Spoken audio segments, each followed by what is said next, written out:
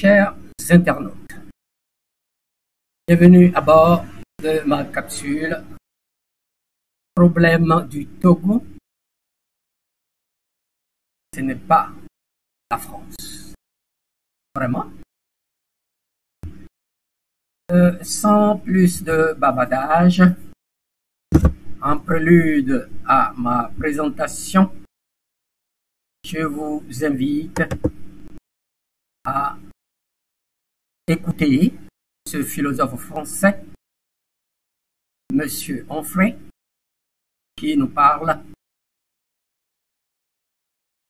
de ce qu'il aime de l'Afrique, en particulier du Mali, et ce qui se passe maintenant. Écoutez attentivement.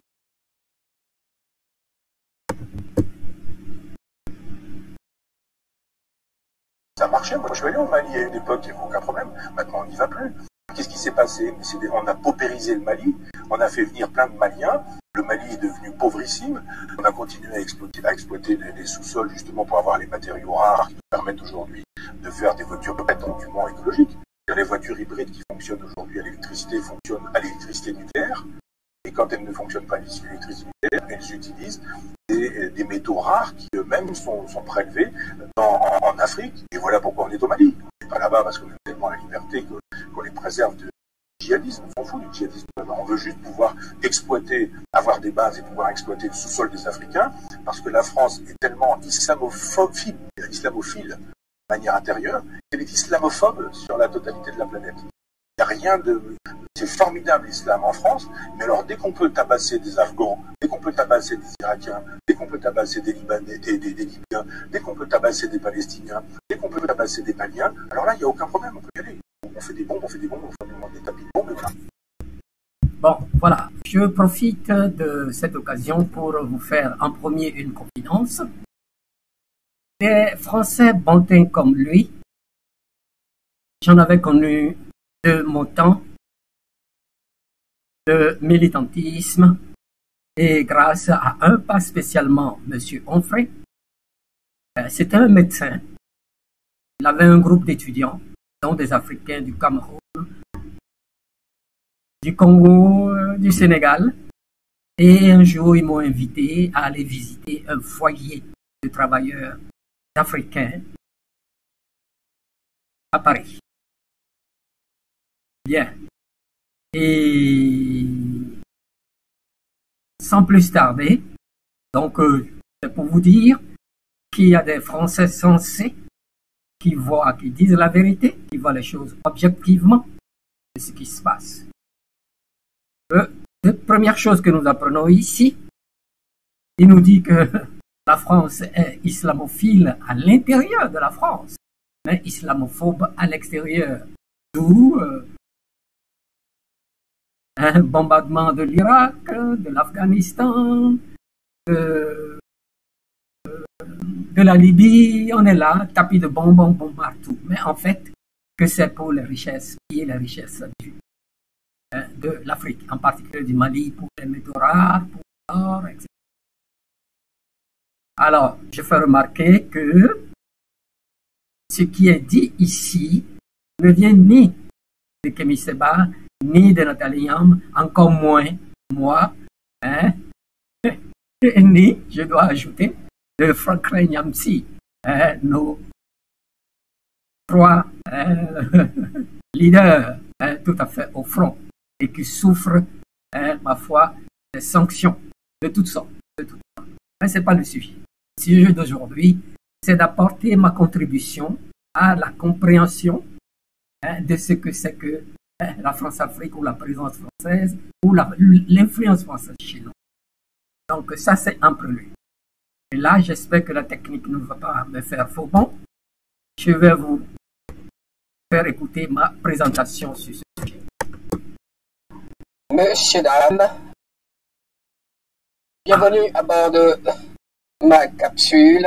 Ça marche. Ces derniers temps, passer sur mes écrans. Si vous avez du popcorn, il faut beaucoup de clips, c'est pas très long, bien entendu.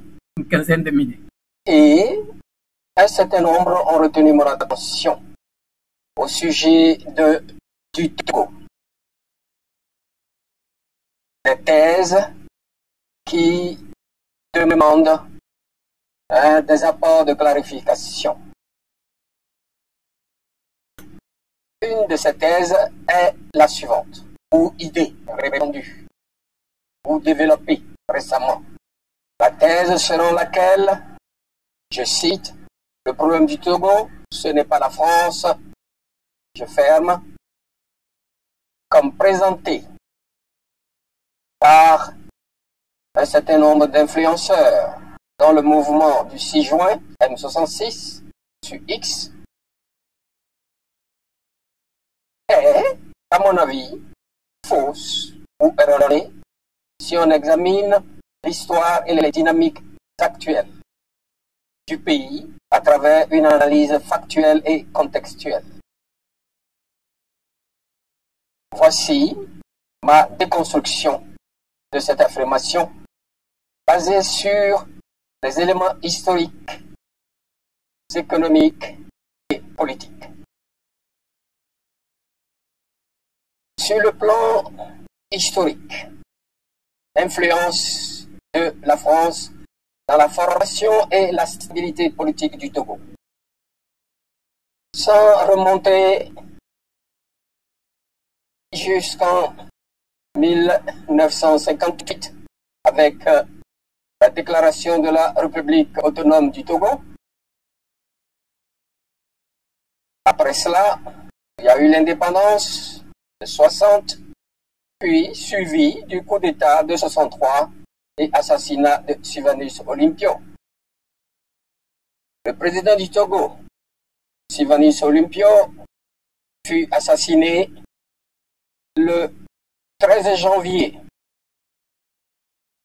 de cette année lors d'un coup d'État militaire dirigé par des figures comme Étienne Yadema, entre parenthèses futur père de Fognan Sigbe, avec des implications françaises et américaines.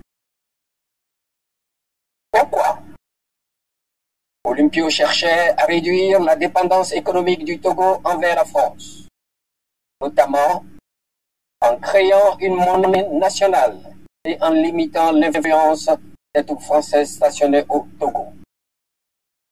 Des sources historiques, comme les archives de l'assassinat, indiquent que les commandants français de la gendarmerie et de l'armée ont utilisé les demi-soldes qui ont monté cette opération, ce qui suggère une intervention pour protéger les intérêts français face à une politique souverainiste. Le pacte de défense avec la France. Puis après ce coup, la France a signé un accord de défense mutuelle avec le Togo en 1963, autorisant une intervention militaire française en cas d'agression externe. Cette relation a permis à la France de maintenir une influence stratégique, comme lors de l'envoi de parachutistes en 1986 pour soutenir Yadema face à une tentative de coup d'État. La succession dynastique. La cession d'Étienne Yadema au pouvoir, puis la transmission à son fils Faure en 2005, après un coup d'État controversé en 2005, s'est faite dans un contexte où la France n'a pas condamné cette transition, contrairement à d'autres pays comme les États-Unis et l'Allemagne, qui ont suspendu leur aide en 1993 pour exiger des réformes démocratiques. Cela indique une tolérance française potentiellement liée à des intérêts économiques et géopolitiques. D'autres exemples, l'intronisation de Faure en cette année-là a été tout simplement au mépris de la Constitution de 1992 qui prévoyait la succession du défunt président par le président de l'Assemblée nationale, Nachaba Fambaré, qui parfois se trouvait à l'étranger, mais son avion a été empêché d'atterrir au Togo pour prendre ses fonctions. La suite, nous la connaissons tous, avec la CEDEAO, Obasanjo et tous les autres, Wade, etc. Au plan économique via la monnaie de la zone CFA, le Togo utilise le franc CFA, une monnaie arrimée à l'euro et gérée par la Banque centrale des États de l'Afrique de l'Ouest, sous forte influence française. Cette monnaie, héritée de la colonisation, limite la souveraineté monétaire du Togo, car les réserves, c'est-à-dire les devises étrangères, de change, sont déposées à la Banque de France. Tout ceci met en lumière les avantages économiques pour la France, qui bénéficie d'un marché stable pour ses exportations et d'un accès aux ressources togolaises, entre parenthèses, phosphate, cacao, café, coton, arachide et d'autres choses, à des conditions favorables. Ensuite vient la dévaluation douloureuse des réformes de 1992-94, orchestrées par le FMI et la France. Eh bien, cette dévaluation et ces réformes monétaires ont eu un impact économique significatif sur le Togo, augmentant le coût de vie et des dettes publiques, tout en maintenant une économie orientée vers les intérêts français. Cela contredit l'idée que la France n'est pas un facteur de problème de pillage ou de prédation du Togo. Contexte politique et influence continue de la France.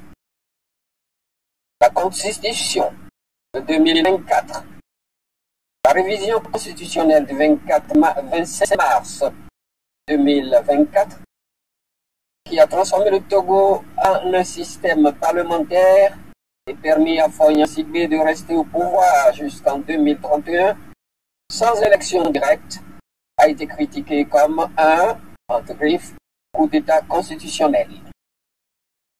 Que la France n'ait pas publiquement soutenu cette réforme, son silence et sa relation historique avec le régime Gnassingbé suggèrent une complaisance, surtout dans un contexte où la France maintient des partenariats économiques et militaires avec le Togo. Contexte géopolitique, la France-Afrique. Bien sûr, c'est un aspect matériel et immatériel, mais ce concept décrivant les réseaux d'influence française en Afrique postcoloniale reste pertinent. Les analystes, comme ceux de Foreign Affairs Research Institute, notent que la France a historiquement soutenu des régimes autoritaires en échange de stabilité et d'accès aux ressources. Un schéma applicable au Togo sous les Gnassingbé, d'ailleurs délégué par Madame Nyakadé. Maintenant, tenant compte, j'ai un contre-argument du poste de et ses limites.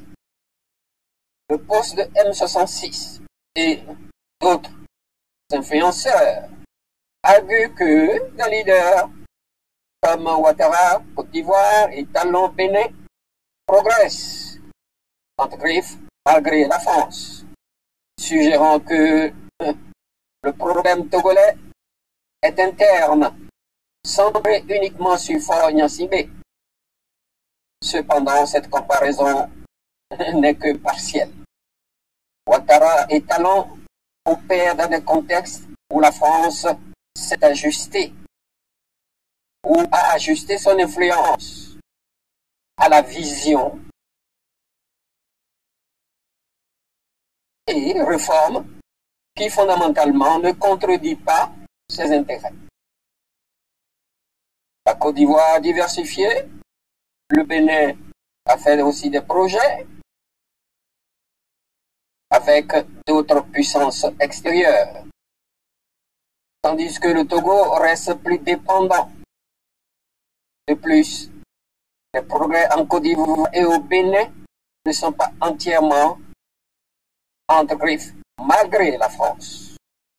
C'est avec son approbation, mais souvent avec son soutien conditionnel.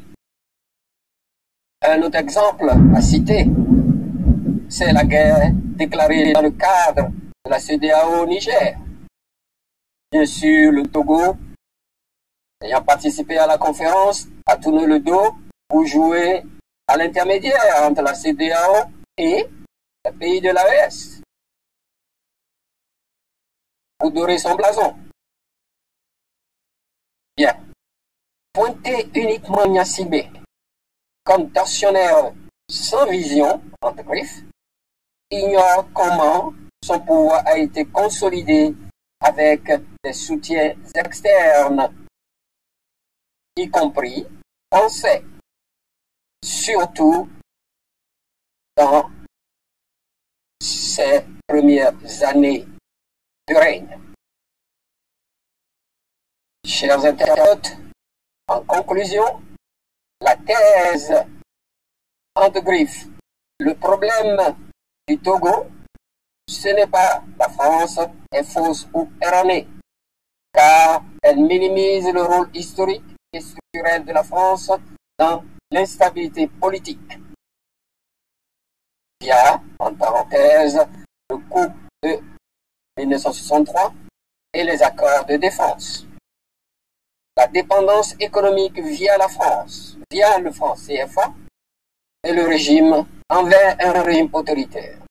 Bien que Faure Gnassingbé porte une responsabilité directe dans la gestion actuelle, son pouvoir et les défis du Togo ne peuvent être dissociés de l'héritage colonial et de l'influence continue de la France.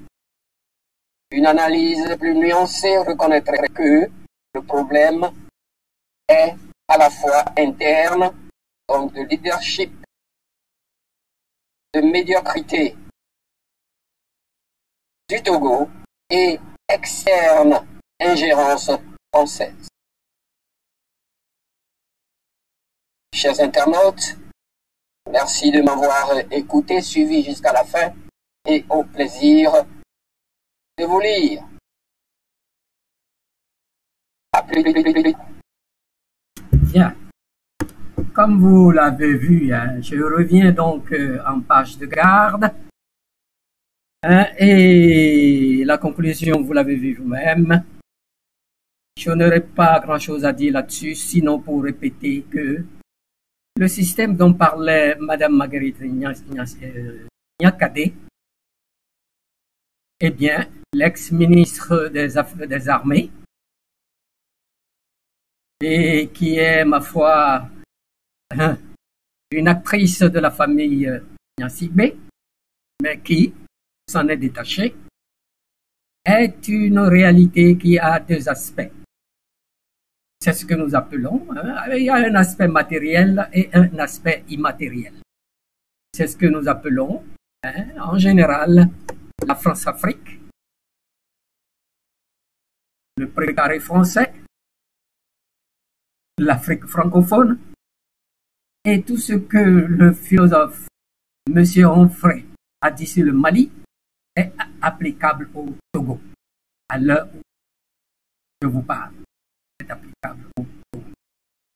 Bien, donc, mes compatriotes, dans vos diarrhées verbales de béret, faites attention pour ne pas glisser des contre-vérités.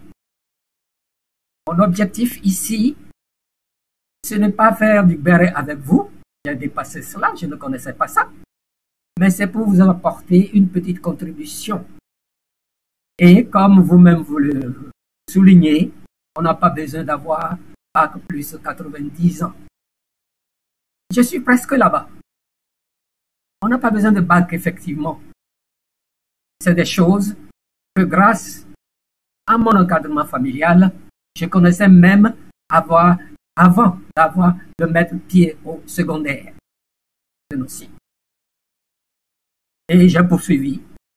Même si mes études n'étaient pas des études politiques ou autres, j'ai poursuivi à me documenter. C'est pour cela, également, que j'ai eu affaire à toutes sortes de monde, de l'Amérique jusqu'en Asie du Sud-Est. J'avais des amis, j'allais dans les réunions, rien que pour apprendre. Et j'ai beaucoup appris. Peut-être même que parfois je me dis un peu trop. Alors, comme je ne suis pas égoïste, je partage ma petite connaissance de l'histoire politique, économique des États africains, particulièrement francophones, avec mes petits frères, mes fils, mes filles, dont je suis fier pour tout ce qu'ils font. Je suis très fier de vous. M66, les autres Gisoro, le chef de canton, Nda. Si j'oublie, vous m'excuserez. Mes interventions, souvent, c'est pour apporter quelques petites rectifications pour vous aider à mieux avancer. Mais sinon, s'agissant du travail de mobilisation, vous faites un travail fantastique. Bon, moi maintenant, les frictions qu'il y a entre vous, les conflits qu'il y a entre vous, ça c'est humain. Mais tout ce que je veux vous demander, c'est que essayez de régler ça entre vous hors réseaux sociaux. Ou alors, dans les Zooms privés entre vous là-bas. D'accord? Ça nous démobilise. Et ça démobilise la jeunesse qui n'est pas au courant. C'est là que j'en viens. J'ai deux symboles dans ma vie que j'ai appris au du temps. Le niveau politique des Africains, c'est comme un immeuble à 7 étages avec 2 sous-sols. À l'heure où je vous parle, la majorité des Togolais sont au 2e sous-sol, c'est-à-dire à -2. Un certain nombre d'entre vous sont peut-être à -1. Très peu sont au rez-de-chaussée. Ne parlons pas du premier étage, 2e, 3e jusqu'au 7e ciel. Ne parlons même pas de cela. À certains étages, il y a 0. Ce n'est pas de votre faute. Je ne vous insulte pas. Pendant 2 générations et demie, c'est-à-dire pendant plus de 2 générations, on vous a empêché de réfléchir, même de penser. La publicité à la radio, seulement l'amusement, le divertissement, les femmes, la musique, la danse, c'est ce qu'on vous a mis dans la tête. Malheureusement, les gens de ma génération ont fait ce qu'ils ont pu. Et la majorité de la jeunesse actuelle, qui est dans les 20 ans, 25 ans, 30 ans, la majorité, malheureusement, n'ont pas la formation politique qu'il faut. C'est en cela que je dis bravo M66 qui a pu déclencher et là, à dépoussiérer cela, et il y en a de plus en plus. De la patience. Donc c'est ceci. Ceux d'entre nous qui sont à des niveaux plus élevés, nous devons donner la main à ceux qui sont à des niveaux moins avancés pour élever le niveau vers le haut, d'où la verticalité de notre connaissance. L'autre symbole également que je prends pour expliquer notre combat, notre lutte, c'est que je compare cela à une autoroute avec plusieurs entrées et plusieurs sorties. Je le dis souvent, plusieurs entrées, plusieurs sorties. Peut-être que certains vont commencer la lutte aujourd'hui, ils ne verront pas la fin. Moi, je suis là-dessus depuis les années 60. Je ne verrai peut-être pas la fin de la dynastie, mais je vais poser mes bagages et quelqu'un d'autre va le prendre et avancer sur cette autoroute. Et sur cette autoroute, retenez ceci. Il y a deux signaux qui sont pratiquement au même niveau. Un signal, c'est peut-être, ma foi, signal de la France, francophonie, tout ce que vous voulez. Hein? Et puis il y a l'autre signal, la bourgeoisie comprador interne ou la dynastie des Yadema. C'est pratiquement au même niveau. Vous ne pouvez pas séparer ces deux. D'où Madame Nyakade a raison, elle a parlé de système. Elle n'a pas eu le courage de préciser. Moi, j'ai précisé.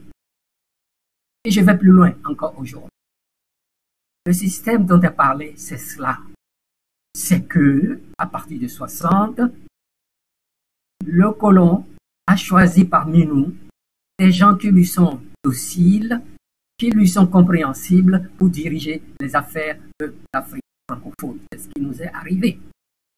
Et Olympio a été justement, et d'autres bien sûr, assassinés parce que Olympio voulait s'extraire de cette domination injuste. Donc, Olympio était souverainiste avant la plupart d'entre nous. C'est pour ça qu'ils l'ont éliminé.